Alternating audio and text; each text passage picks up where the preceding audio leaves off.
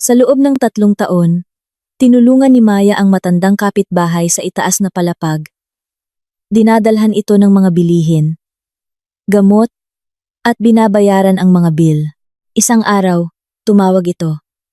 Bukas ng 8 ng umaga, magtago ka sa parking lot malapit sa trabaho ng asawa mo. Huwag kang magtanong. Kailangan mong makita ito mismo. Nag-alinlangan si Maya, ngunit pumunta pa rin. At nang makita niya kung sino ang kasama ng kanyang asawa, maligayang pagdating sa channel na Mga Pag-ikot ng Tadhana. Bago tayo magsimula, isulat ninyo kung saan kayo nanonood. Interesado kaming malaman. Naway masiyahan kayo sa pakikinig sa kaakit-akit na kuwentong ito. Nakilala ni Maya si Luis sa huling bahagi ng Nobyembre, sa isang Christmas party ng kanilang mga kaibigan. Ang party ay ginanap sa isang maliit na restaurant sa labas ng lungsod. Isa sa mga lugar kung saan ang mga mesa ay pinagsama-sama na parang letrang U. May mga basket ng pandesal sa mga mesa at mahinang tumutugtog ang isang hindi nakakagambalang musika mula sa mga speaker. Sumama lang si Maya sa kanyang katrabaho na sa huling sandali ay nagyaya. Tara na! Kahit papaano makakakain tayo ng maayos. Sagot ng kumpanya ang handaan. Si Maya noon ay nagtatrabaho bilang isang freelance accountant. Buong araw na nakaupo sa harap ng laptop sa kanyang condo unit. At ang paglabas ay isang malaking bagay na para sa kanya. Nakaupo si Luis sa kabilang panig ng mesa. Matangkad, maayos ang gupit, nakasuot ng dark blue na polo. Nabukas ang isang botones. Hindi siya ang pinakagwapo sa silid. Ngunit mayroon siyang ugali na tumingin sa kausap na para bang sinasabi nito ang pinakamahahalagang bagay sa mundo. Nang lumingon siya kay Maya at nagtanong, "Ikaw ba? Kasama lang din o talagang gusto mong pumunta?" Natawa si Maya. Kahit na ang biro ay hindi gaanong nakakatawa, mayroong isang bagay sa kanyang boses na nakakagaan ng loob. Marunong siyang makinig. Tumatango sa tamang pagkakataon at nagtatanong ng mga bagay na nagpapakitang talagang nakikinig siya. Sa buong gabi, hindi siya sumingit.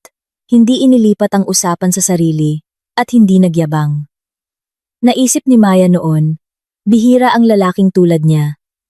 Nagpalitan sila ng numero. Nag-text si Luis kinabukasan, hindi pagkatapos ng 1 linggo, hindi pagkatapos ng 3 araw, kundi mismo kinaumagahan. "Good morning. Ako yung nagnakaw ng huling piraso ng cake mo kagabi. Gusto kong bumawi. Kape tayo?"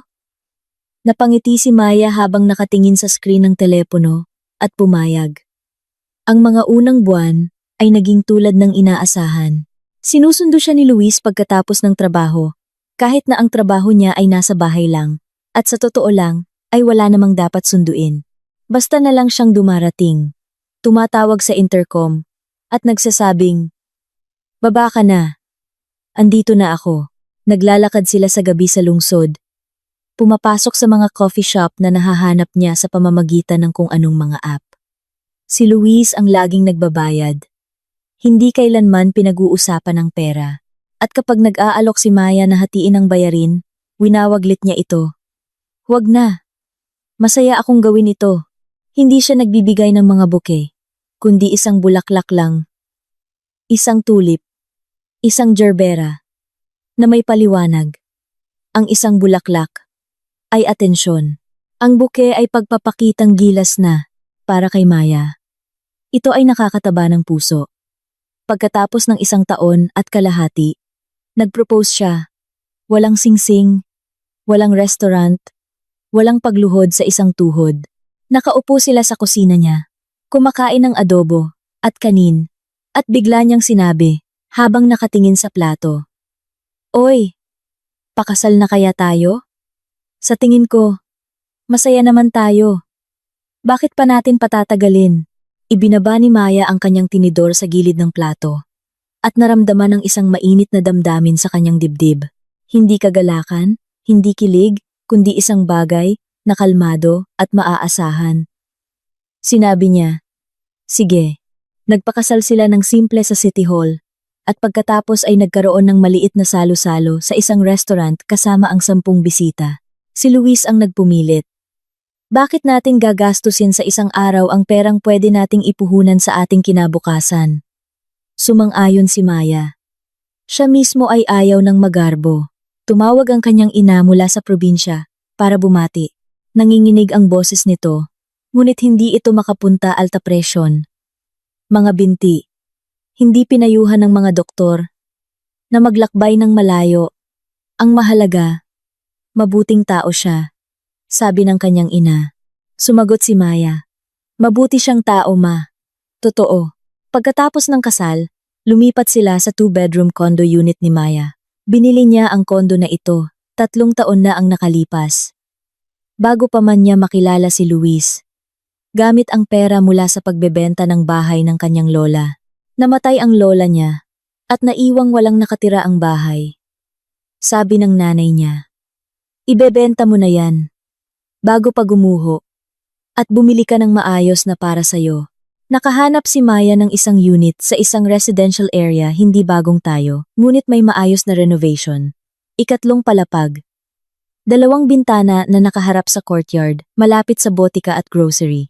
Ang unit ay ganap na nakapangalan sa kanya.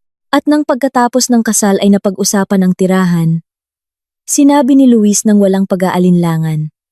Wala akong pakialam kung kanino nakapangalan. Pamilya naman tayo. Tumatak sa isip ni Maya ang pangungusap na iyon. Para sa kanya, ito ay totoo. Isang bagay na sinasabi ng mga taong hindi pera ang pinakamahalaga. Ang kondo ay maaliwalas at komportable. Mahilig si Maya sa kaayusan, ngunit hindi yung sobrang linis, kundi yung may buhay. Sa bintana ay may isang paso ng orkidyas. Sa pinto ng ref ay may mga magnet mula sa kanyang mga biyahe na hindi naman marami. Sa mesa sa kusina, laging may mga papel resibo, invoice, kontrata. Dito mismo siya nagtatrabaho. Sa mesa na ito, itinatabi ang mga plato. Binubuksan ang laptop sa pagitan ng asin at lalagyan ng tinapay. Siya ang gumagawa ng accounting para sa ilang maliliit na negosyo.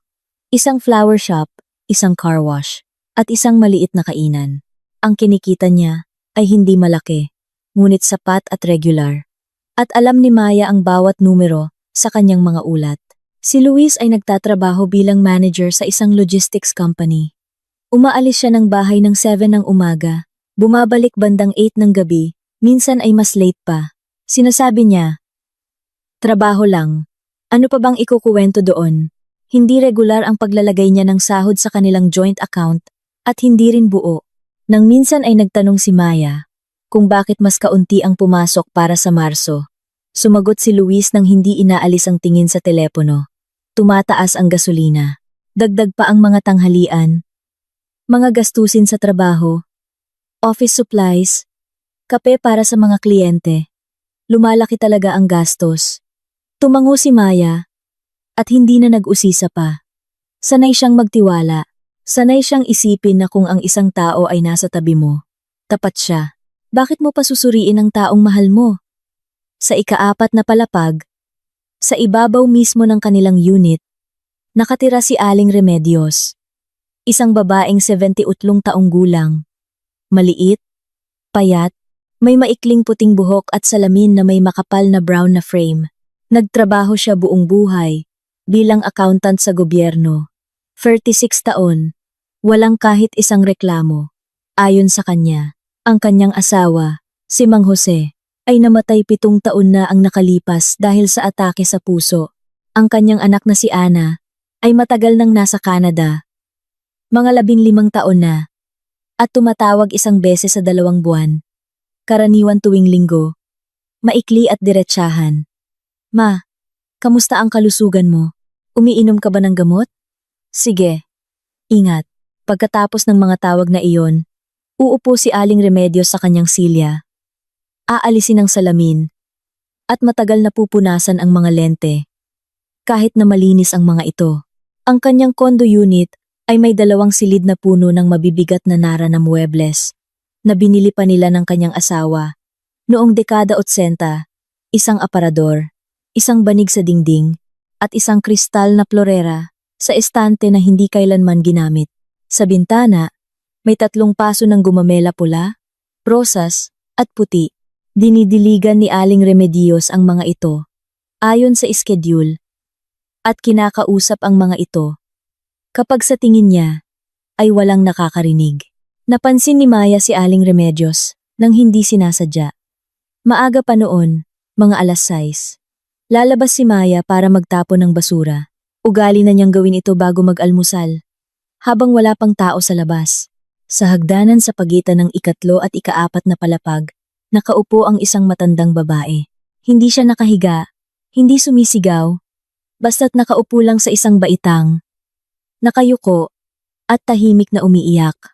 Sa tabi niya ay isang plastic bag na may lamang mga bote ng gatas. Lumapit si Maya. Ayos lang po ba kayo? Tatawag po ba ako ng ambulansya? Itinaas ni Aling Remedios ang kanyang mukha at nakita ni Maya hindi sakit, kundi hiya. Nahihiya ang matanda na hindi siya makatayo. Naku, Hija, wag na. Nanigas lang ang tuhod ko. Uupo lang ako sandali. Lilipas din ito. Tinulungan siya ni Maya na tumayo at ihatid sa kanyang unit. Ang entrada ay amoy valerian at may matamis na aroma, parang minatamis o tuyong prutas. Umupo si Aling Remedios sa isang bangko sa may pinto at sinabi, "Salamat, Hija. Sige na, kaya ko na to." Ngunit hindi umalis si Maya. Pumasok siya sa kusina, nagsalang ng tubig, at nakahanap ng 2 tasa na may disenyo ng bulaklak at tsaa sa isang lata. Uminom sila ng tsaa ng tahimik, at ang katahimikan na iyon ay hindi mabigat, kundi tama, na para bang pareho nilang kailangan ang katahimikan. Mula ng araw na iyon, araw-araw nang dumadalaw si Maya. Sa umaga, papunta sa kusina para sa kanyang unang kape, aakyat siya sa itaas. Kakatok ng 3 beses maikli at pantay. At alam na ni Aling Remedios na siya iyon. Dinadalhan siya ni Maya ng mga bilihin mula sa grocery, kinukuha ang kanyang mga gamot mula sa botika, at binabayaran ang mga bill ng utilities gamit ang app sa telepono. Dahil hindi maintindihan ni Aling Remedios kung paano ito gumagana at takot na baka mapunta sa iba ang pera. Minsan, uupo lang si Maya kasama niya sa mesa sa kusina. Nakikinig sa mga kwento tungkol sa kanyang dating opisina, sa katrabahong si Tamara, na nagnanakaw ng mga paperclip, at sa asawa niyang tuwing Biyernes ay nag-uuwi ng hopya mula sa kantina. Ikinukuwento ito ni Aling Remedios ng mahinahon. Minsan ay hihinto sa kalagitnaan ng pangungusap at titingin sa bintana, na para bang may nakikita siyang isang bagay doon na hindi na mahahawakan. Alam ni Luis ang tungkol sa kapitbahay. Ikinuwento sa kanya ni Maya na tinutulungan niya ang matandang babae sa itaas. At pareho lang lagi ang reaksyon niya. Isang ngisi, hindi masama, pero hindi rin mabuti. At ang pariralang paulit-ulit na may kaunting pagkakaiba. Ikaw talaga ang Mother Teresa namin.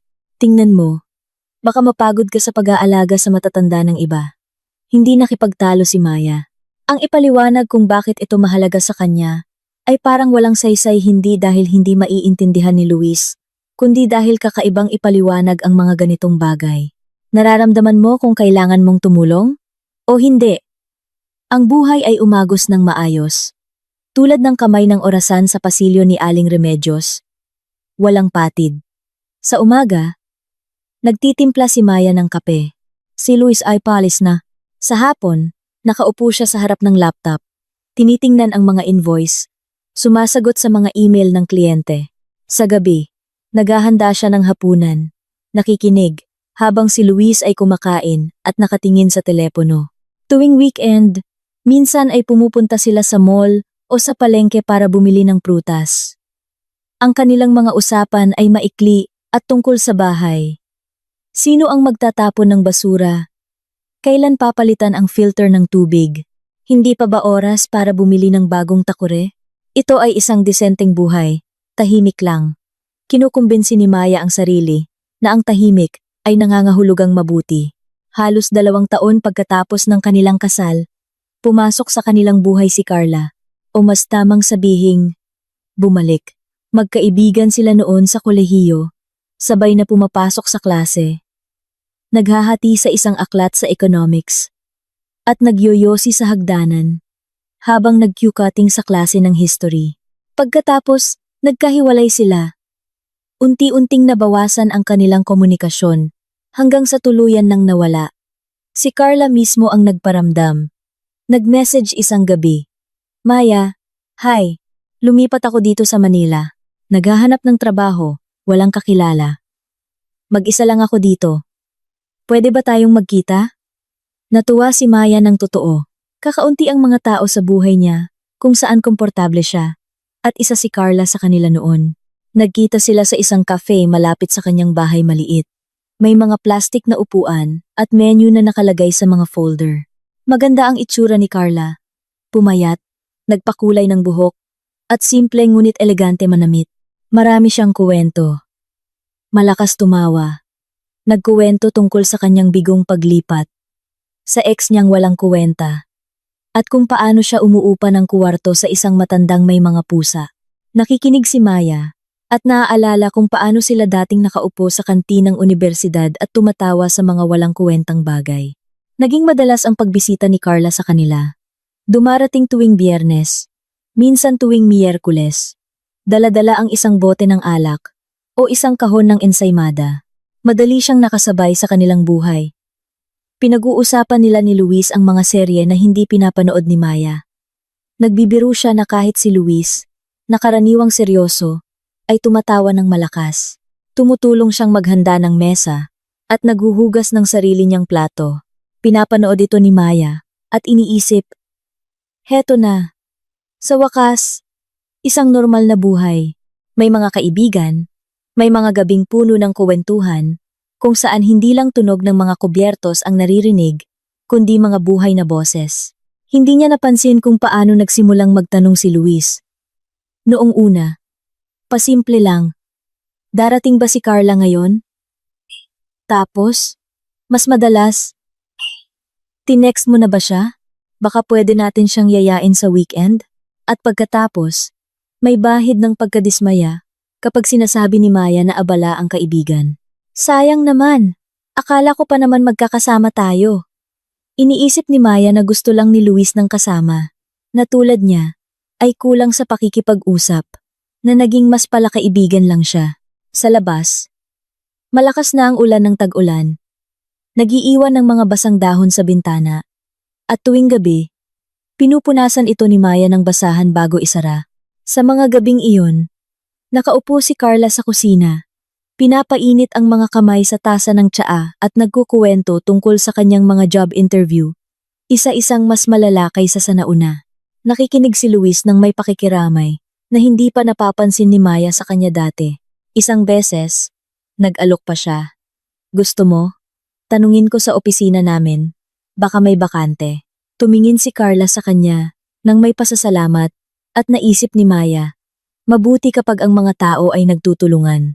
Nang gabing iyon, pagkaalis ni Carla, nakatayo si Luis sa may bintana at nakatingin sa ibaba. Nag-aayos si Maya sa mesa.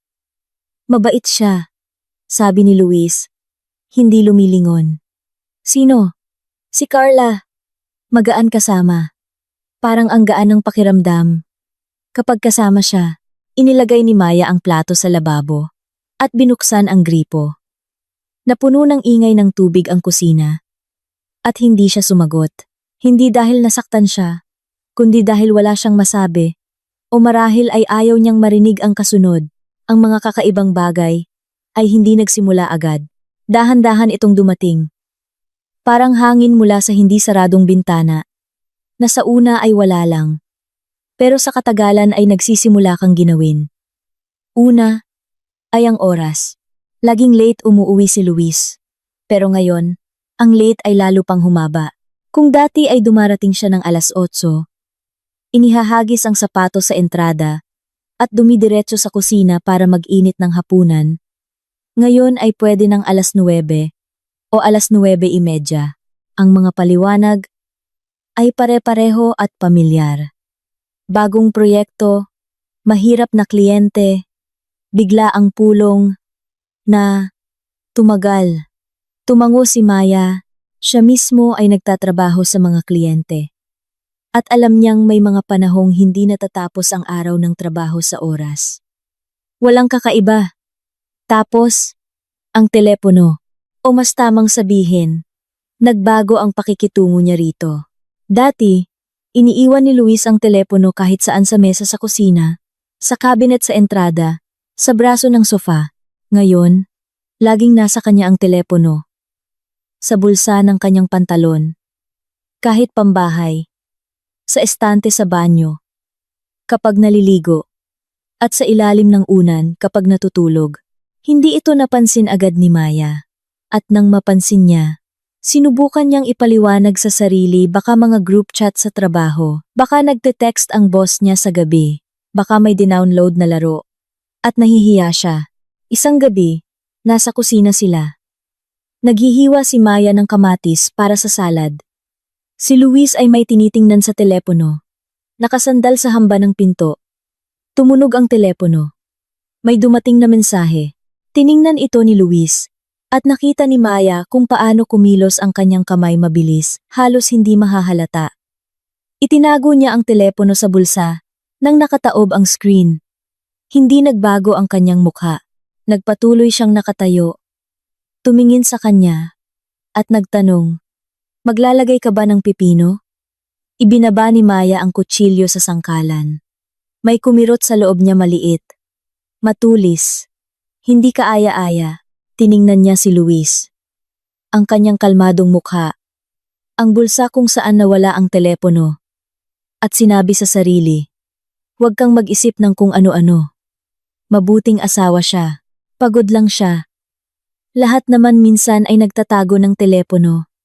Baka usapang trabaho. Baka may sorpresa siyang inihahanda.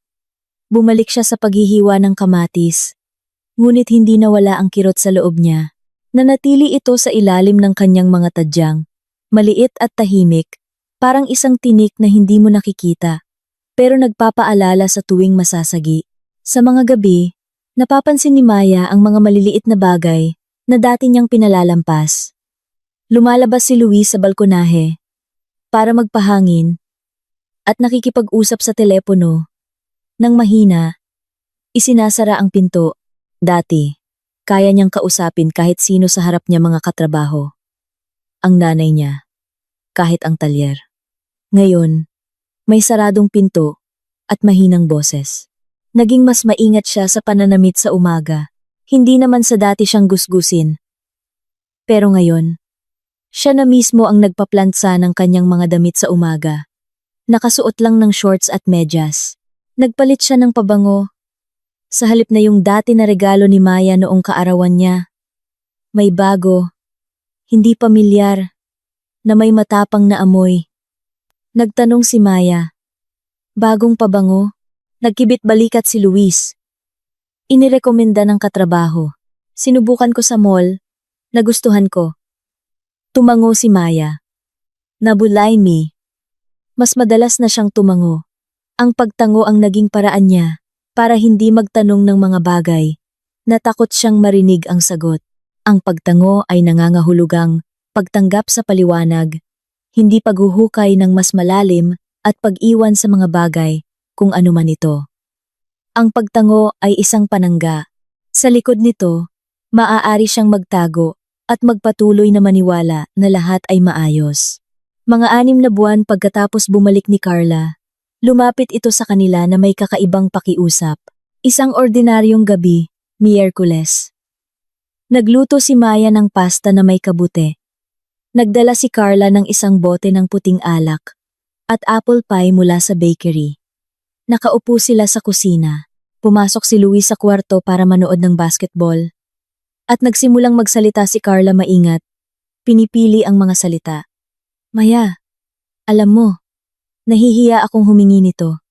Pero ganito kasi ang sitwasyon. Nakahanap na ako ng maayos na trabaho sa isang accounting firm, imagine.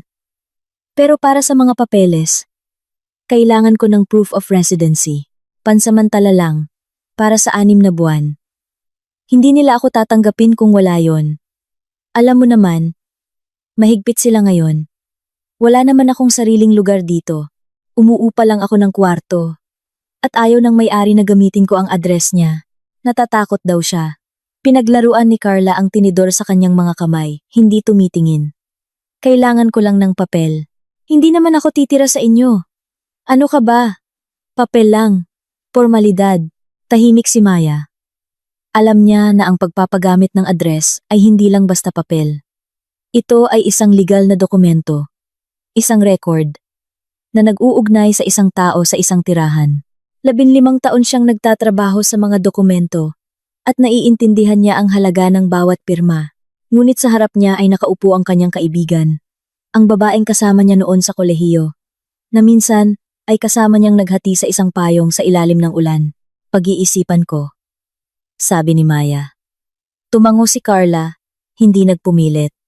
Ngunit ng gabing iyon, pagkaalis ng kaibigan, lumabas si Luis mula sa kwarto.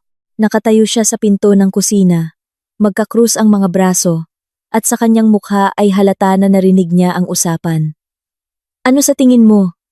Tanong niya. Hindi ko alam. Hindi ko masyadong gusto ang ideya. Tapat na sinabi ni Maya. Ang pagpapagamit ng address ay hindi biro. Ano ka ba? Iwinagayway ni Luis ang kanyang kamay at umupo sa tapat niya. Kailangan tulungan ang tao. Hindi naman siya iba sa'yo. Kaibigan mo siya. Ano bang mawawala sa'yo? Formalidad lang yan. Pansamantala, para sa 6 na buwan. Automatiko namang mawawala yan pagkatapos. Tiningnan siya ni Maya. Kumpiyansa siyang magsalita. May bahagyang diin. Tulad ng isang taong nagpapaliwanag ng mga halatang bagay sa isang taong hindi ito maintindihan. Luis, gusto ko lang pag-isipan. Ano pa bang iisipin? Bahagya niyang itinaas ang kanyang boses.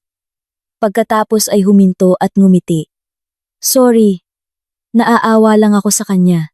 Palipat-lipat sa lungsod. Walang trabaho. Walang maayos na tirahan. Kaya nating tumulong. Kaya tumulong tayo. Wala namang mawawala sa atin.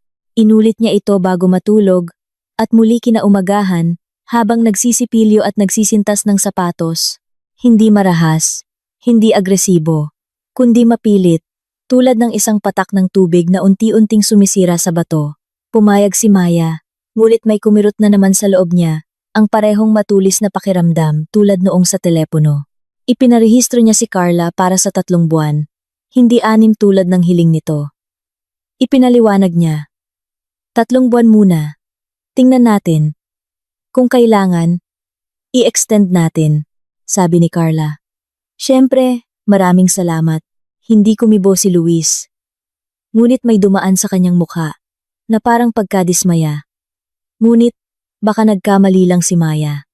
Sa parehong panahon, nagsimulang pag-usapan ni Luis ang pag-renovate ng banyo. Ito ay biglaan.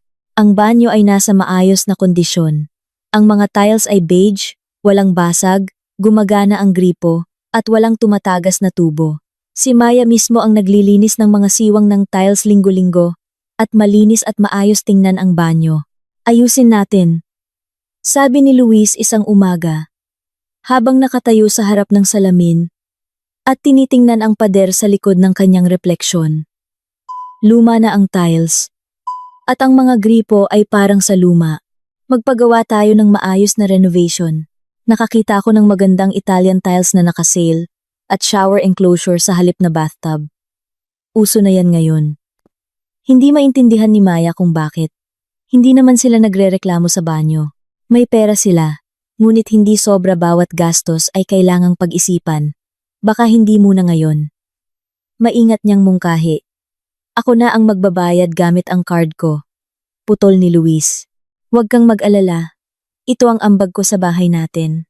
Sinabi niya ito nang may init at kabutihang loob na mahirap tanggihan. Pumayag si Maya. Natapos ang renovation sa loob ng 2 linggo. Bagong tiles, shower enclosure, salamin na may ilaw. Binayaran lahat ni Luis gamit ang kanyang card. At maingat na inilagay ang mga resibo sa isang transparent na folder na itinago niya sa drawer. Hindi ito pinansin ni Maya noon. Resibo? Ano? Baka para sa warranty. Si Aling Remedios naman ay patuloy sa kanyang tahimik na buhay sa itaas. Dinadalaw pa rin siya ni Maya tuwing umaga 3 katok at dumadaan sa gabi kung may oras. Umiinom sila ng tsaa, minsan may kasamang jam ng bayabas na si Aling Remedios mismo ang gumagawa. Kahit na mahirap na, para sa kanya ang tumayo nang matagal sa harap ng kalan. Ang jam ay malapot, madilaw berde, na may buong prutas, at tuwing sinasabi ni Maya, wala nang masasarap pa dito. Iwinawaglit lang ito ni Aling Remedios. Ano to? Nung dati, yung bayabas galing pa sa probinsya. Ngunit nitong mga nakaraang linggo, napansin ni Maya na iba na ang tingin sa kanya ng kapitbahay. Hindi na ang karaniwang init ng pagtanggap, kundi may halong pag-aalala na nakatago sa likod ng kanyang salamin. Hindi direktang nagtatanong si Aling Remedios, ngunit mas matagal siyang tinititigan ni Maya sa mukha, sa mga kamay. Sa paraan ng kanyang pag-upo na mas kuba kaysa dati. Isang araw, habang nagsasali ng tsaa si Maya at nakatalikod sa bintana, sinabi ni Aling Remedios, Maya, pumayat ka. Hindi po, guni-guni niyo lang po yan. Ngumiti si Maya, hindi lumilingon, hindi guni-guni. Nakikita ko, humpak ang pisngi mo. Ayos ka lang ba? Ibinaba ni Maya ang takure at umupo sa tapat niya. Ayos lang po, Aling Remedios. Stress, trabaho, kulang sa tulog. Normal lang. Hindi kumibo ang kapitbahay, ngunit sa paraan ng pagtikom ng kanyang mga labi at pagtingin sa tasa, halata na hindi siya naniwala. Si Aling Remedios, 36 na taon sa accounting ng gobyerno, ay natutong maramdaman kapag hindi tugma ang mga numero. Kahit na ang mga numero ay hindi piso at sentimo, kundi mga salita at ekspresyon ng tao. At pagkatapos ay nangyari ang Miyerkules. Nakita ni Aling Remedios sa kanyang mailbox ang isang abiso ng hindi nabayarang kuryente. Karaniwan, umaakyat ang kartero sa ika-4 na palapag at iniiwan ang sobre sa ilalim ng pinto. Pinakiusapan niya itong gawin iyon. Ngunit sa pagkakataong ito, ang sulat ay nasa ibaba. Sa mailbox na may sirang pinto. Nagsimulang sumakit ang kanyang mga tuhod. Sa ikalawang palapag pa lang, huminto siya, kumapit ng mas mahigpit sa hawakan ng hagdanan, at nagpahinga sandali. Ang hagdanan ay luma, semento, na may mga gasgas na pader at amoy ng halumigmig na hindi nawawala. Sa pagitan ng una at ikalawang palapag, ay may isang flyer ng kung anong tindahan. Maingat itong nilampasan ni Aling Remedios. Nakarating siya sa mga mailbox. Kinuha ang sobre at lumingon para umakyat pabalik. Nang makarinig siya ng mga boses. Sa labas ng pinto ng gusali, na bahagyang nakabukas, may 2 taong nakatayo. Ang boses ng lalaki ay agad niyang nakilala si Luis, ang asawa ni Maya. Ang pangalawang boses ay babae, pamilyar, ngunit hindi kay Maya. Ito yung babaeng madalas dumalaw sa kanila. Nakita siya ni Aling Remedios ng ilang beses sa hagdanan. Kapansin-pansin dahil sa kanyang kulay kastanyas na buhok at matingkad na damit. Hindi balak ni Aling Remedios na makinig. Bubuksan niya sana ang pinto at lalampasan sila.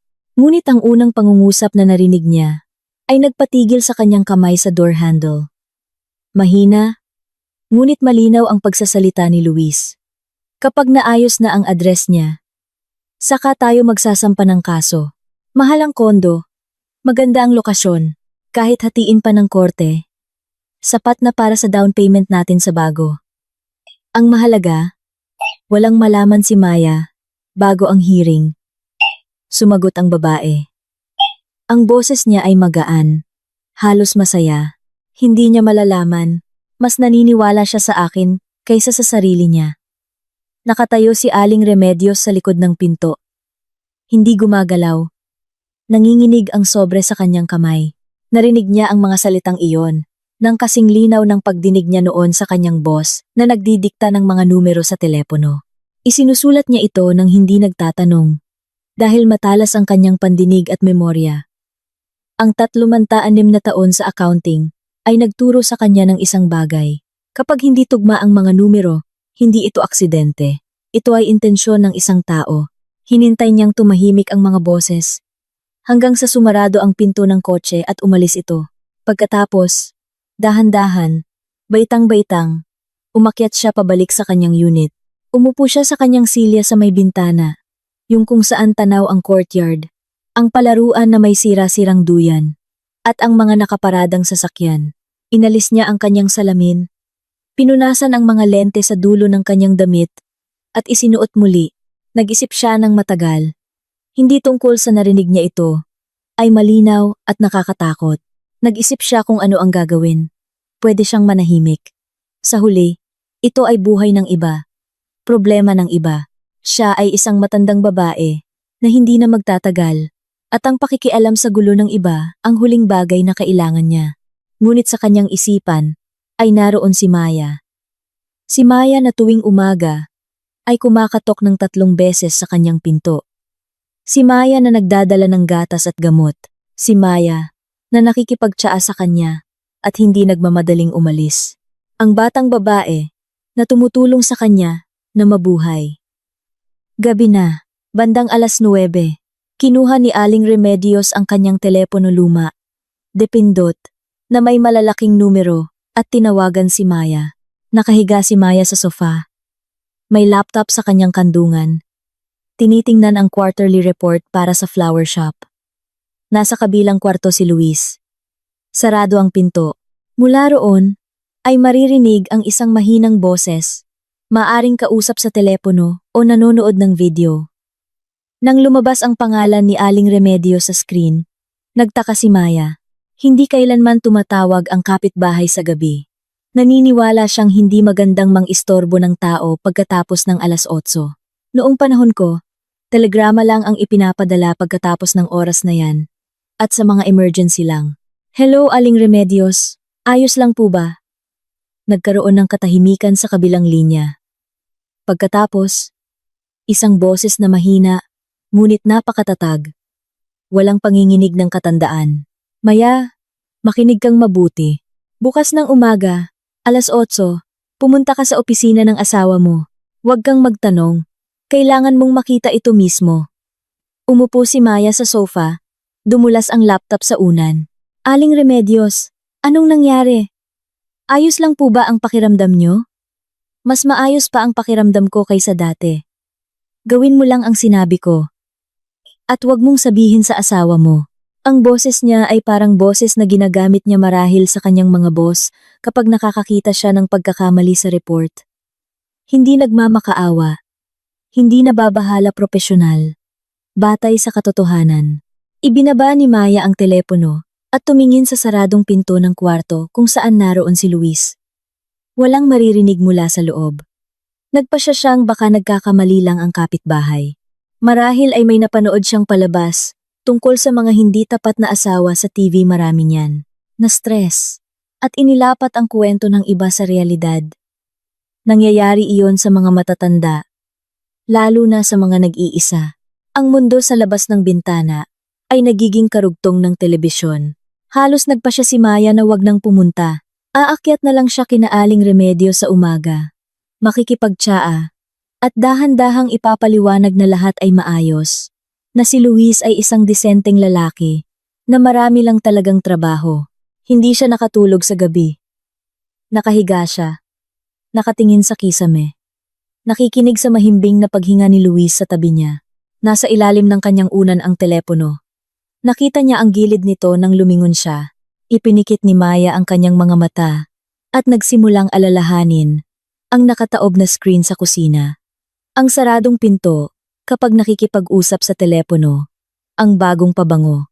Ang pagpupumilit sa pagpaparehistro ni Carla mainit. Halos iritado. Hindi tulad ng karaniwang pakikiramay. Ang pag-renovate ng banyo na walang humiling. Ang mga resibo sa transparent na folder. Darating ba si Carla ngayon? Parang ang gaan ng pakiramdam kapag kasama siya. At ang boses ni Aling Remedios kalmado, propesyonal, walang anumang sobrang emosyon. Kailangan mong makita ito mismo. Idinilat ni Maya ang kanyang mga mata. Nagliliwanag na sa labas. Ang langit ay kulay abo. Mamasa-masa, na may guhit ng rosas sa abot tanaw. Ang orasan sa tabi ng kama ay nagpapakita ng 5:25. Dahan-dahan siyang bumangon. Kumuha ng damit mula sa aparador at nagbihis sa banyo. Sumulat siya sa isang papel. Umalis ako para sa isang lakad at iniwan ito sa mesa sa kusina. Pagkatapos, nag-isip siya. Nilukot ang papel at itinapon sa basura. Hindi kailangan. Aalis si Luis at hindi ito mapapansin. Kinuha niya ang susi ng kotse at lumabas ng unit, tahimik sa hagdanan. Sarado ang pinto ni Aling Remedios. Ngunit pakiramdam ni Maya ay may nakatayo sa likod nito at nakikinig. Dumating si Maya sa parking lot ng 71. Maulap ang umaga. Ang mababang langit ay parang dumadagan sa mga bubong ng mga gusali. At ang ambon ay nagiiwan ng malabong pelikula sa windshield. Malaki at bukas ang parking lot sa harap ng office building ni Luis, na may mga guhit sa semento at mga hilera ng mga batang puno sa gilid payat pa, na may mga basang sanga. Pumarada si Maya doon, tulad ng payo ni Aling Remedios. Sa pinakadulong hilera, sa pagitan ng isang silver na van at isang lumang madilim na kotse, at pinatay ang makina. Huminto ang mga wiper sa kalagitnaan. Bahagyang nanginginig ang kanyang mga kamay, hindi dahil sa lamig mainit sa loob ng sasakyan. Gumagana pa ang heater kundi dahil sa ibang bagay. Isang panloob na pakiramdam na walang pangalan. Ipinatong ni Maya ang kanyang mga palad sa manibela at hinigpitan ang mga daliri. Tumingin siya sa entrada ng gusali, mga salaming pinto, isang bubong na may logo ng kumpanya, isang basurahan sa tabi, kung saan may nakalabas na basang flyer, isang ordinaryong umaga sa opisina. Sinabi niya sa sarili, "Ngayon, makikita ko na wala lang ito. Darating si Luis mag-isa, papasok sa gusali, at uuwi ako, at mararamdaman kong isa akong tanga na nakinig sa isang matandang babae at nag-espiya sa sarili kong asawa. At sa gabi, aakyat ako kina Aling Remedios at sasabihin, 'Nagkamali po kayo. Ayos lang po ang lahat,' at iinom kami ng tsaa. At kakalimutan ko ang nakakainis na araw na ito." Sunod-sunod na pumasok ang mga sasakyan sa parking lot. Mabagal, na may antok pa ng umaga. Sumarado ang mga pinto. Naglakad ang mga tao patungo sa gusali. Ang ilan ay may dalang tasa ng kape. Ang iba ay may payong. At ang iba ay may dalang folder. Tiningnan ni Maya ang bawat sasakyan. Hindi ito. Hindi iyon. 3 minuto bago mag-alas 8, pumasok ang madilim na kulay abong kotse ni Luis. Agad itong nakilala ni Maya dahil sa UP sa likurang bumper na hindi niya pa naayos, at sa sticker ng car wash sa gilid ng windshield. Kumabog ang kanyang puso isang beses. Malakas. Parang natisod. Sumandal siya pasulong. Kumapit sa manibela. Huminto si Luis sa gitnang hilera.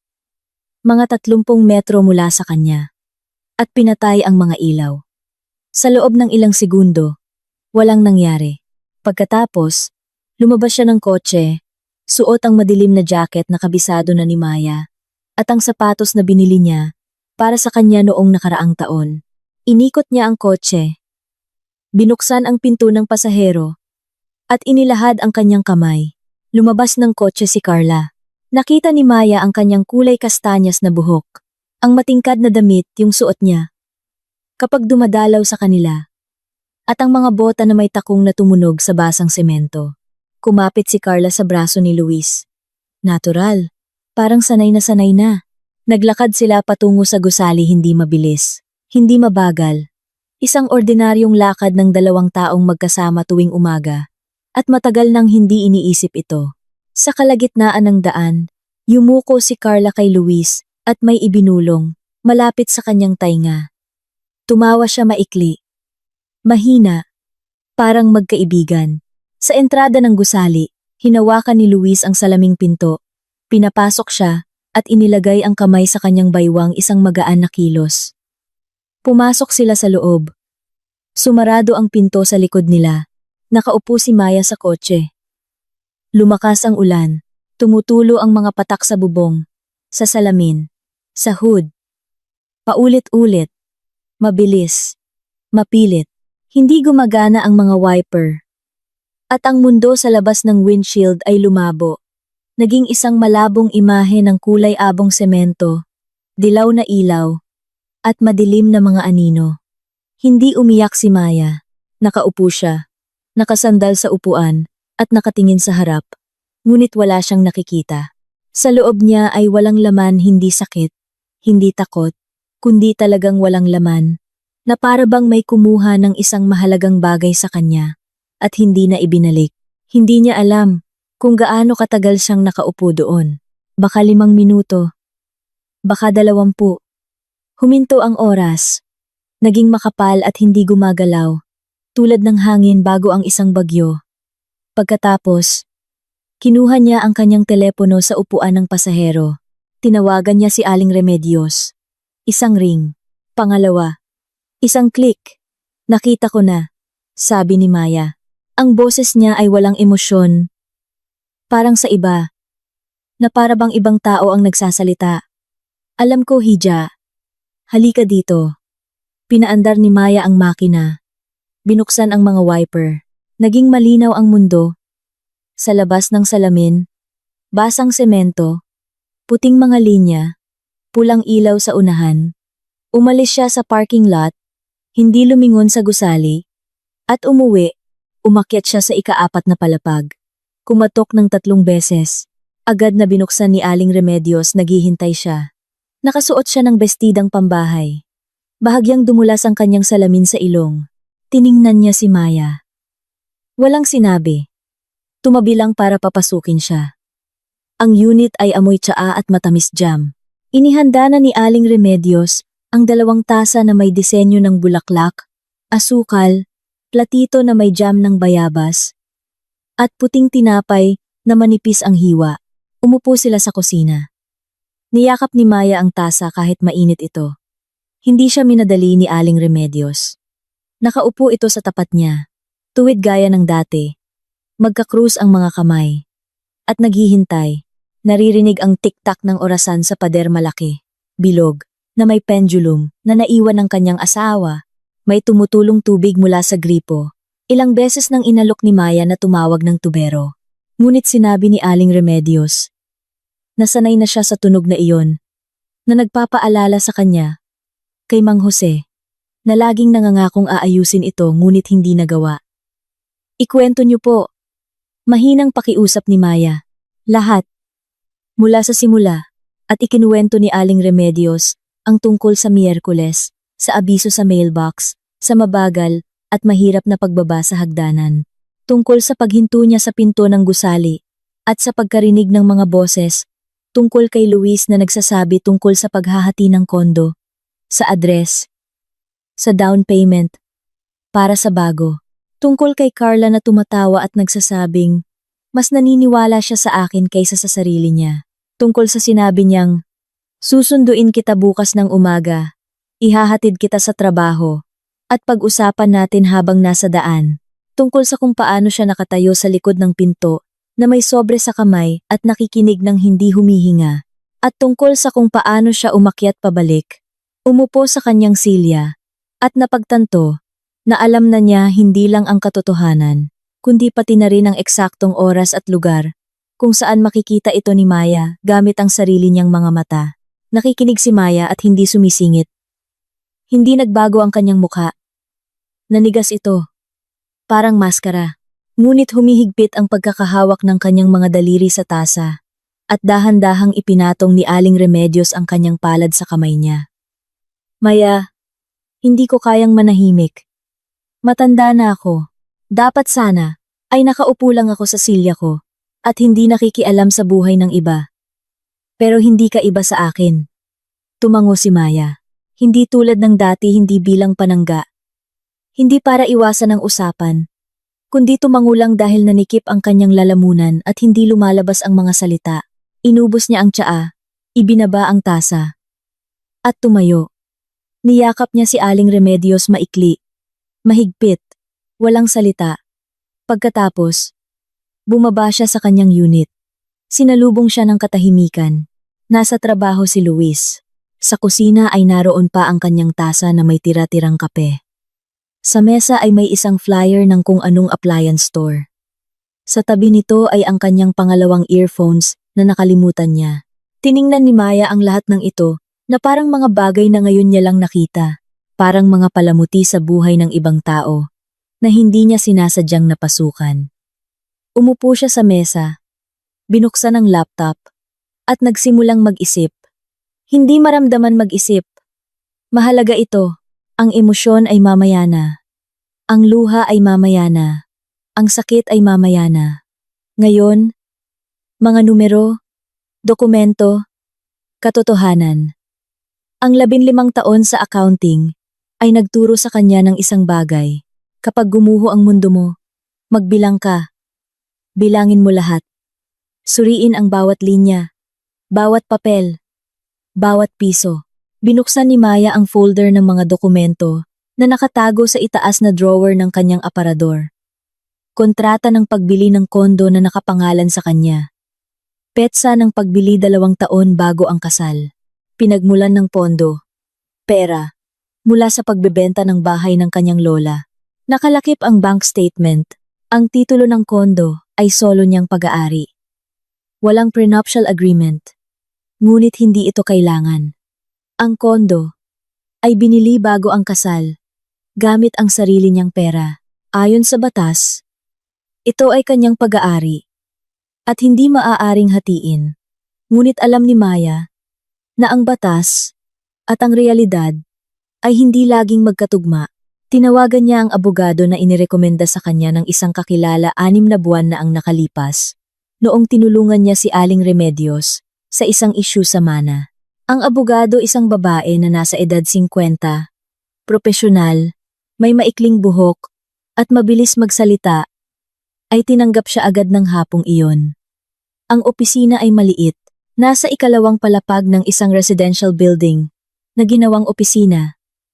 May mga diploma sa dingding, mga tambak na folder sa mesa, isang laptop, at isang tasa ng lumamig na kape.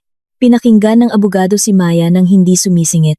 Pagkatapos ay kinuha ang kontrata, bank statement, at titulo ng kondo.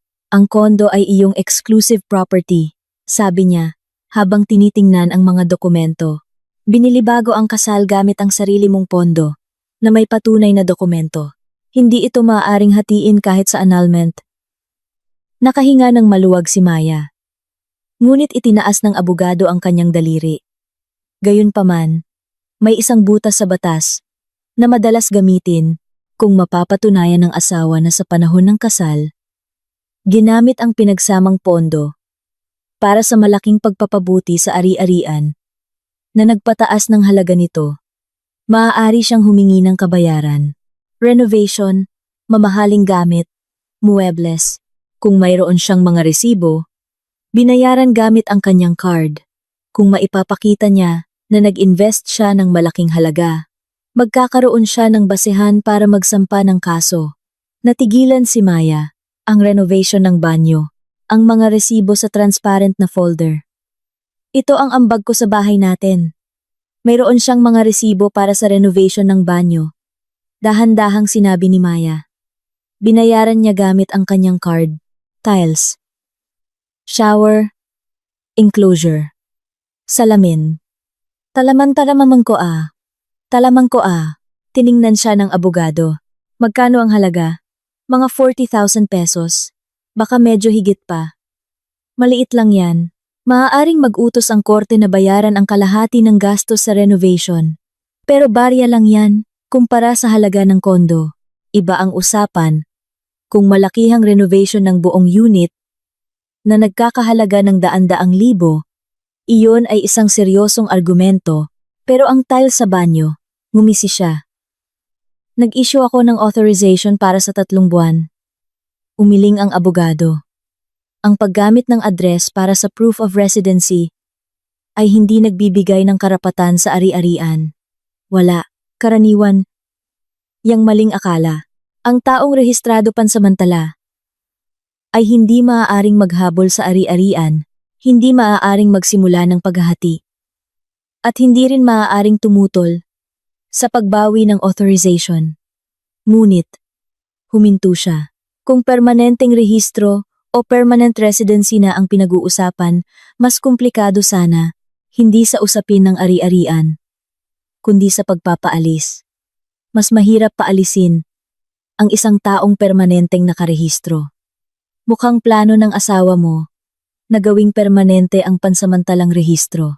Naalala ni Maya Ang pagkadismaya sa mukha ni Luis nang 3 buwan lang ang ibinigay niya sa halip na 6. Naalala niya ang pagpupumilit nito. Naalala niya ang mga salitang sinabi ni Aling Remedios. Kapag naayos na ang address niya. Oo, sabi ni Maya. Mukhang ganoon nga ang plano niya. Kung gayon, tama ang ginawa mo na 3 buwan lang at irerekomenda kong kanselahin mo na rin yan sa barangay. Isang beses lang yan. Kung ikaw ang may-ari. Isang sulat. ID. Titulo ng kondo. Yun lang. Tumango si Maya. At isa pa, isinara ng abogado ang folder at tumingin ng diretso kay Maya. Isara mo ang inyong joint bank account. Kung mayroon, ilipat mo ang pera sa sarili mong account. At simulan mo nang ihanda ang mga papeles para sa annulment.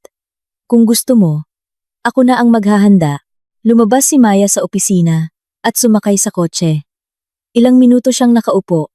Nakapatong ang mga kamay sa manibela, tulad ng umaga sa parking lot. Ngunit ngayon, hindi nakawalan ang nararamdaman niya. Mayroon ng ibang bagay sa loob niya. Matigas, buo, parang isang bakal, na ibinalik sa tamang lugar. Kinuha niya ang telepono. Unang tawag sa barangay nagpa-schedule para bukas ng 9 ng umaga. Pagkansela ng authorization. Pangalawang tawag sa bangko. Ipinabloke ang joint account sa telepono at hiniling na ihanda ang mga dokumento para sa pagsasara. Nagbukas siya ng bagong account sa sarili niyang pangalan gamit ang mobile app. 3 minuto lang ito. Ang pangatlong tawag ay hindi niya ginawa. Sa halip, nag-text siya kay Luis maikli. 3 salita. Kailangan nating mag-usap. Sumagot ito pagkatapos ng 1 minuto. Okay. Darating ako ng 8:00. Umuwi si Maya, naghanda ng hapunan automatiko. Hindi iniisip kung ano ang inilalagay sa kaldero. Inilagay niya ang mga plato sa mesa. 2, gaya ng dati. Pagkatas, inalis niya ang isa. Tumayo, tiningnan ang mesa na may 1 plato, 1 tinidor, 1 baso, at ibinalik ang pangalawa. Hindi pa oras. Dumating si Luis eksaktong 8:00. Nag-alis ng sapatos, isinabit ang jacket, at dumiretso sa kusina. Nakita niya si Maya na nakaupo sa mesa. Nakasara ang laptop at magka-krus ang mga kamay. Nawala ang ngiti sa kanyang mukha. Anong nangyari? At tanong niya. Umupo sa tapat niya. Tiningnan siya ni Maya. Ang mukhang kilala niya sa loob ng 4 na taon. Ang mga matang pinaniwalaan niya. Ang mga kamay na kaninang umaga ay nasa baywang ng ibang babae. Nasa parking lot ako kaninang umaga sa labas ng opisina mo. Kalmado niyang sinabi. Nakita ko kayong dumating ni Carla. Alam ko ang plano niyo sa address at sa paghahati ng kondo. Katahimikan, nanatiling hindi gumagalaw si Luis. Pagkatapos ay dumaan sa iba't ibang yugto ang kanyang mukha mabilis. Sunod-sunod. Pagkagulat. Pagkalkula. Desisyon. Anong sinasabi mo? Itinaas niya ang kilay. Anong plano?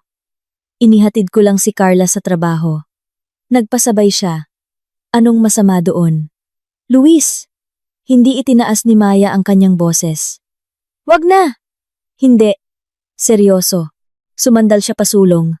Nakapatong ang mga palad sa mesa. Ano? Sinusundan mo ako? Wala ka bang magawa? Inihatid ko ang kaibigan ng asawa ko. Ano ngayon? May relasyon na agad? Mabilis siyang magsalita. Tumataas ang tensyon, tulad ng isang taong alam na. Ang pinakamahusay na depensa ay opensa. Lumalakas ang kanyang boses. Nagkaroon na ito ng tono ng pagkagalit. Naiintindihan mo ba kung anong itsura nito? Isang asawa na nagtatago sa parking lot. Nag-iispiya sa asawa. Hindi yan normal, Maya. Kailangan mo ng psychologist. Hindi ako. Alam ko ang tungkol sa paghahati ng kondo. Inulit ni Maya sa parehong kalmadong boses. Alam ko na plano niyong gawing permanente ang rehistro ni Carla. Alam ko ang tungkol sa renovation ng banyo. At ang mga resibo, galing ako sa abogado kanina. Natahimik si Luis. Nanatiling nakabukas ang kanyang bibig. Ang hindi natapos na salita ay nanatili sa hangin. Sumandal siya sa upuan. Nag-cruise ang mga braso.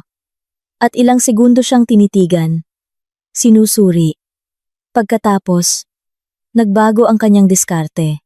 Bumagsak ang kanyang mga balikat. Humina. At lumambot ang kanyang boses.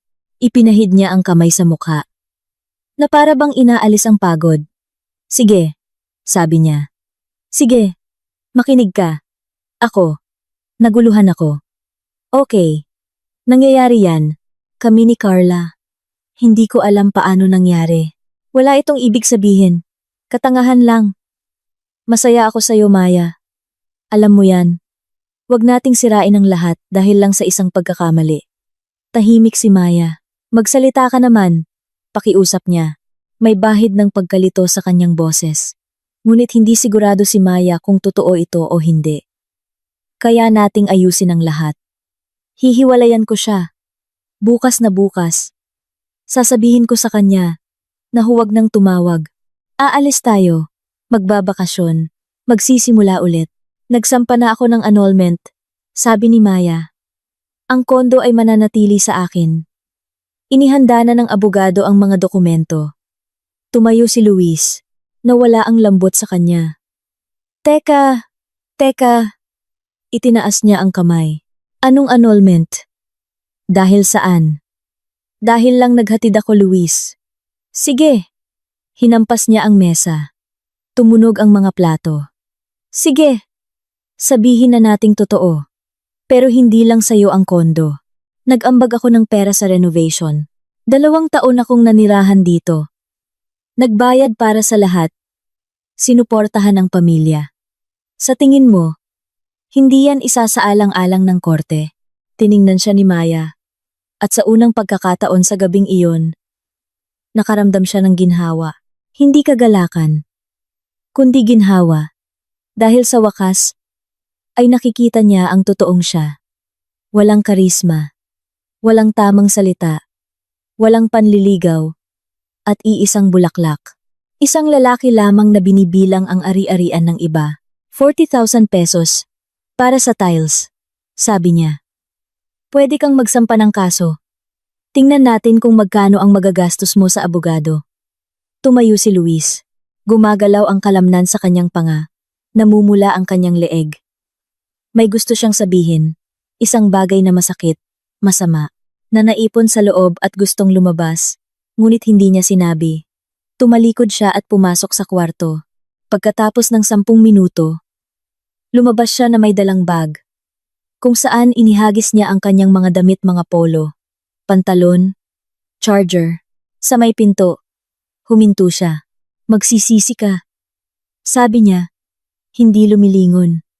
Siguro, sagot ni Maya, pero hindi dahil sa annulment. Sumarado ang pinto. Mabilis at mabigat ang mga hakbang sa hagdanan. Pagkatapos ay ang pagsarado ng pinto ng gusali. Ang tunog ng makina na umandar, at umalis, at katahimikan. Nakaupo si Maya sa mesa. Sa harap niya ay 2 plato, 2 tinidor, 2 baso. Inalis niya ang 1 plato, 1 tinidor, 1 baso. Inilagay niya ang mga ito sa lababo, binuksan ang gripo. Umugong ang tubig, pinupuno ang kusina ng pamilyar na tunog, at nakatayo si Maya doon, nakasandal sa counter. Nakikinig sa tubig at humihinga. At nararamdaman ang bakal sa loob niya na nananatiling matatag. Nag-vibrate ang telepono sa kanyang bulsa. Isang mensahe mula kay Carla. Maya, hi. Busy ka ba? Kape tayo bukas? Binasa ito ni Maya. Binlock ang numero. At inilagay ang telepono sa mesa nang nakataob. Pagkatapos, kumuha siya ng 1 tasa mula sa aparador, yung sa kanya, na may asul na disenyo, nagsalin ng tsaa, at umupo sa may bintana. Sa labas, unti-unting dumidilim. Nagsindi na ang mga ilaw sa labas. Kumikinang ang mga basang bangko sa kanilang liwanag. Sa itaas, naririnig ang tiktak ng orasan ni Aling Remedios. Uminom ng tsaa si Maya at tumingin sa bintana. At sa unang pagkakataon sa loob ng mahabang panahon, ang katahimikan ng kondo ay hindi niya naramdamang kalungkutan. Naramdaman niya itong sa kanya. Natapos ang proseso ng annulment sa loob ng 2 buwan. Hindi ito tinutulan ni Luis. Marahil, ipinaliwanag ng abogado niya ang parehong bagay na ipinaliwanag kay Maya. Ang kondo ay binili bago ang kasal, gamit ang sariling pondo. Ang mga dokumento ay perpekto. Ang pagtatangkang maghabol dahil sa renovation ng banyo ay magmumukhang katawa-tawa sa korte. 400,000 pesos para sa tiles laban sa halaga ng isang 2-bedroom condo sa isang magandang lugar. Pumirma si Luis sa mga papeles nang walang iskandalo. Dumating siya sa korte, suot ang parehong madilim na jacket na suot niya noong umalis.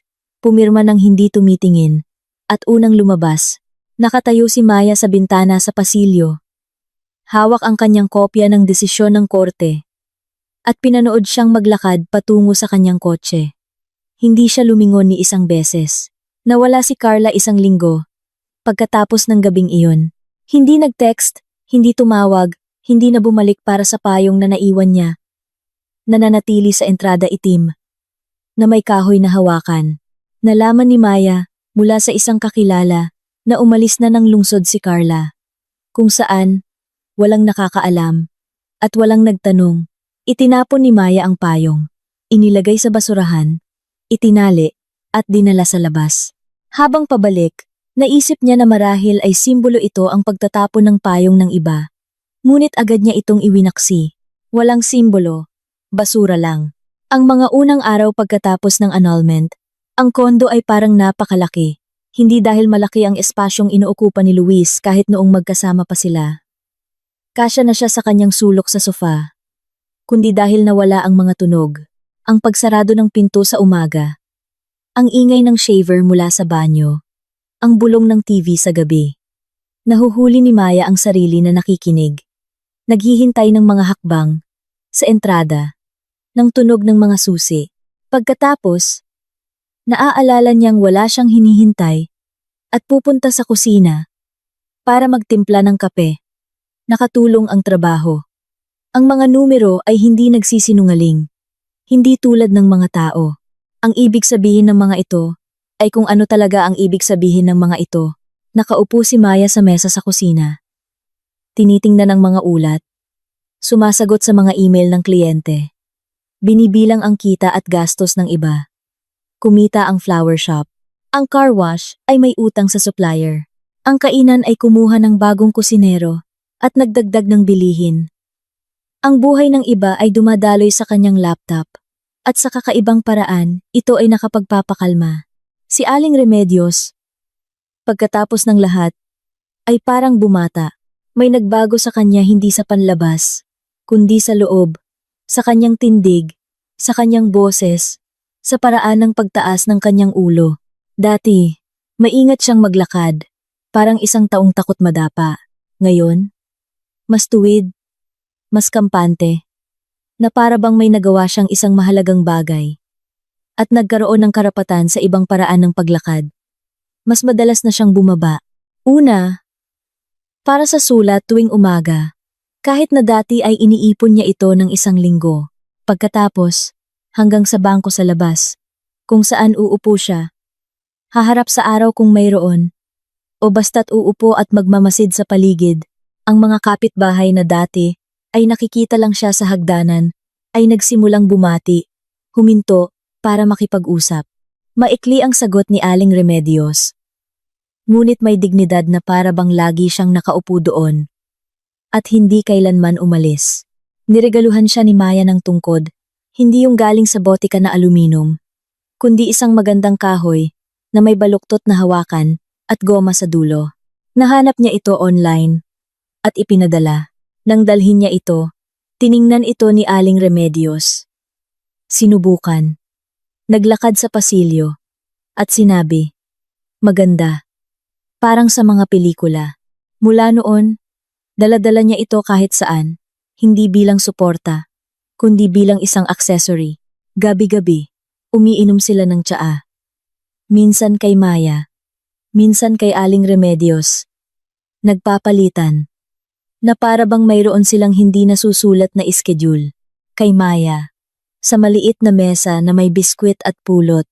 Kay Aling Remedios, sa malaking mesa sa kusina na may jam ng bayabas at puting tinapay.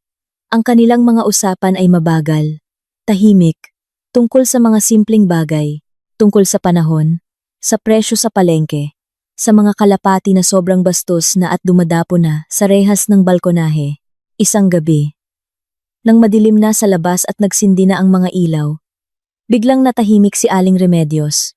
Nakatingin siya sa kanyang tasa, at may dumaan na anino sa kanyang mukha, hindi kalungkutan, kundi isang bagay na matagal na lumitaw mula sa kanyang alaala. Ang aking Jose ay nambabae rin noon, mahina niyang sinabi. Matagal na. Isang accountant mula sa kabilang departamento. Si Larissa. Maganda, mapula ang buhok, at ang mga palda niya ay nakakapalingon ng leeg ng mga lalaki. Tahimik si Maya. Nakikinig. Nalaman ko mula sa katrabaho ko. Lumapit sa akin si Tamara sa kantina. Inilagay ang plato sa harap ko at sinabi habang nakatingin sa pagkain, Remedios, ang asawa mo ay nanood ng sine kasama si Larissa kagabi. Ganoon lang, sa pagitan ng sabaw at dessert. Tinapos ko ang pagkain ko, naghugas ng kamay, umuwi, at inilagay ang kanyang maleta sa may pinto. Luma, kulay kape, na may 2 kandado. Dumating siya mula sa trabaho. Nakita ang maleta at natigilan sa entrada. At sinabi ko, bumalik ka sa akin o aalis ang mga gamit mo. At bumalik po ba siya? Tanong ni Maya. Bumalik. Sa sandaling iyon, umupo siya sa maleta sa entrada at sinabi, at naging tanga siya sa susunod na 40 taon. Pero aking tanga. Natahimik siya. Pinaikot ang kutsarita sa tasa. Ngunit, Maya, iba ang kaso. Nagkamali si Jose. Pero ang sayo ay planado. Hindi lahat ng lalaki ay pare-pareho. Ang iba ay kailangan lang talagang palayain. Ngumiti si Maya. Sa unang pagkakataon sa mga buwang ito, isang tunay na ngiti, hindi pilit, kundi isang ngiti na lumalabas kapag may narinig kang isang bagay na tama at totoo. 6 na buwan pagkatapos ng annulment, sinimulan ni Maya na ayusin ang kondo. Hindi renovation, kundi pagbabago. Tulad ng paglipat ng istasyon sa radyo. Pininturahan niya ang mga pader sa sala, sa halip na ang beige na pinili ni Luis. Isang maliwanag na kulay gatas. Inalis niya ang madilim na kurtina at naglagay ng manipis at transparent, kung saan pumapasok ang liwanag sa umaga. Itinapon niya ang lumang sofa, kung saan umuupo si Luis gabi-gabi gamit ang telepono, at naglagay ng isang malaki at malambot na armchair. Sa kusina, naglagay siya ng isang maliit na bilog na mesa sa may bintana. Sa umaga, umuupo siya doon na may tasa ng kape at pinapanood ang mga batang papasok sa paaralan. Ang babaeng may aso na laging lumalabas ng 7:30 at ang kartero na may mabigat na bag. Nag-iba ang kondo. Mas maliwanag, mas magaan, mas tahimik. At nag-iba rin si Maya. O marahil ay bumalik sa dati niyang sarili. Bago pa si Luis. Bago pa ang pamilya naman tayo. At mga nakataob na telepono. Isang linggo ng umaga, habang nakaupo si Maya sa kusina ni Aling Remedios at nagbabalat ng mansanas para sa apple pie. Tumunog ang telepono ng matanda. Tiningnan ni Aling Remedios ang screen. Inayos ang salamin at sumagot, Hello, Ana. Ang boses ng kanyang anak mula sa Canada ay rinig kahit ni Maya malakas ang speaker ng lumang telepono. Ma. Hi. Kamusta ka? Ayos ka lang ba? Umiinom ka ba ng gamot? Nakikinig si Aling Remedios, tumatango, at maikli ang sagot. Oo, umiinom ako. Oo, ayos lang. Hindi tumataas ang presyon ko. Isang ordinaryong usapan na nauulit tuwing 2 buwan. Ngunit pagkatapos ay may tinanong ang kanyang anak, hindi narinig ni Maya. At biglang umayos ng upo si Aling Remedios. At nagsalita sa isang boses na hindi pa naririnig ni Maya sa kanya.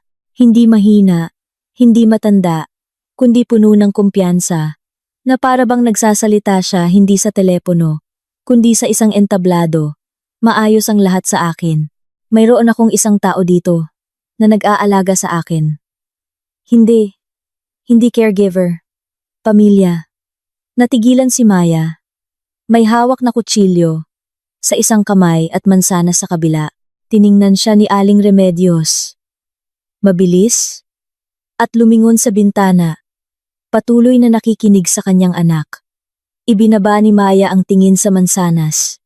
Binalatan ito ng paikot at nahulog ang balat sa mesa. Nakabaluktot. Parang isang tandang pananong. Nang gabing iyon, nakaupo si Aling Remedios sa kanyang silya sa may bintana. Nakaalis na si Maya. Nahugasan na ang mga pinggan at lumalamig na ang takure sa kusina. Sa labas, unti-unting dumidilim, hindi pa nagsisindi ang mga ilaw. At ang lahat ay nasa isang malambot na kadiliman, kung saan lumalabo ang mga hugis, at ang mundo ay nagiging parang isang lumang litrato. Tinitingnan ni Aling Remedios ang bangko sa ibaba, ang daanan kung saan dumaan si Maya 10 minuto ang nakalipas. Iniisip niya, hindi ang jam ng bayabas, hindi ang kanyang presyon, hindi ang utang sa kuryente. Iniisip niya si Ana, na umalis 15 taon na ang nakalipas, at hindi na bumalik. Ang batang babae na lumaki sa kondo na ito, tumakbo sa paligid, at pagkatapos ay sumakay ng eroplano at lumipad sa kabilang dulo ng mundo. Hindi siya kayang protektahan ni Aling Remedios, hindi mabigyan ng payo, hindi mabigyan ng babala. Ang distansya ay hindi nasusukat sa kilometro, kundi sa katahimikan sa pagitan ng mga bihirang tawag. Ngunit si Maya ay narito, sa kabilang pader, sa ibabang palapag. Malapit, ang batang babae na tuwing umaga ay kumakatok ng 3 beses at hindi nakakalimutang tanungin ang tungkol sa kanyang tuhod, na nagdadala ng gatas, nagbabayad ng kuryente, at nakikinig sa mga kwento tungkol sa kanyang dating opisina. Hindi maprotektahan ni Aling Remedios ang kanyang anak sa malayo, ngunit ang batang ito ay kaya niya at pinrotektahan niya. Inalis niya ang kanyang salamin, pinunasan ang mga lente, at isinuot muli. Nagsindi ang mga ilaw sa labas, at ang paligid ay naging dilaw, mainit, at komportable. Tulad ng isang kusina, kung saan may nag-iwan ng bukas na ilaw. Salamat sa inyong pakikinig.